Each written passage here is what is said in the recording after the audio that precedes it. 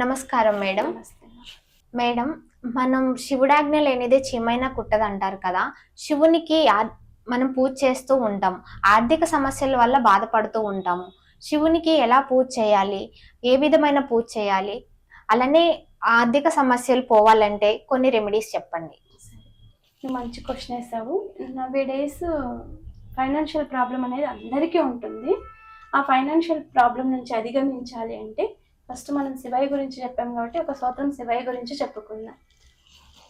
ఓం నమ శివాయ విశ్వేశ్వరాయ మహాదేవాయ త్ర్యంబకాయ త్రిపురాంతకాయ త్రికాలాగ్నికాలాయ కాలాగ్ని రుద్రాయ నీలకంఠాయ మృత్యుంజయాయ సర్వేశ్వరాయ సదాశివాయ శ్రీమన్ మహాదేవాయ హర హర హర మహాదేవ శంభో శంకర పార్వతీపతి ఉమాపతి గౌరీపతి నమో నమః. ఫస్ట్ మనకు శివానుగ్రహం జరగాలి అంటే అందరి దేవుళ్ళు కూడా ధూప దీప నైవేద్యాలు ఎక్కువగా కోరుకుంటాడు. శివయ్య మాత్రము ఒక బిల్వ పత్రాన్ని, ఒక చెమ్ము నీళ్ళని మాత్రమే కోరుకుంటాడు. అంటే ఆయనకి కోరికలు ఏవి పెద్దగా ఉండవంట. ఒక జలంతో మనం ఆయనకు అభిషేకం చేసుకున్నా మన మనసులో సంకల్పం ఖచ్చితంగా నెరవేరుతుంది.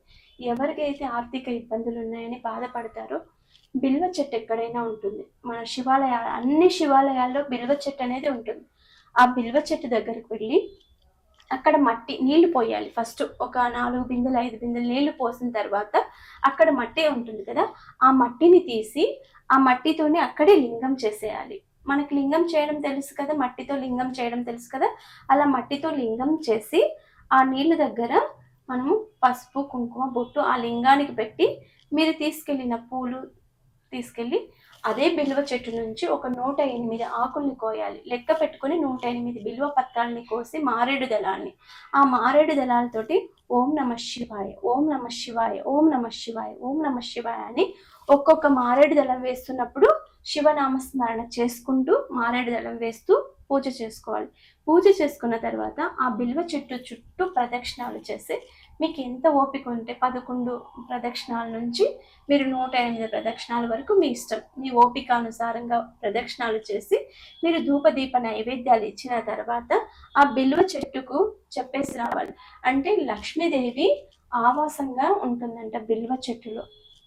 కాబట్టి మనకు ఫైనాన్షియల్ ప్రాబ్లం ఏదైనా ఉన్నా మనం బిల్వ దళాలని తీసుకొచ్చి శివయ్యకి అంటే ఇప్పుడు మనం డైరెక్ట్గా శివాలయంలో మనకి బిల్వార్చన చేసుకునే అవకాశం ఉండదు.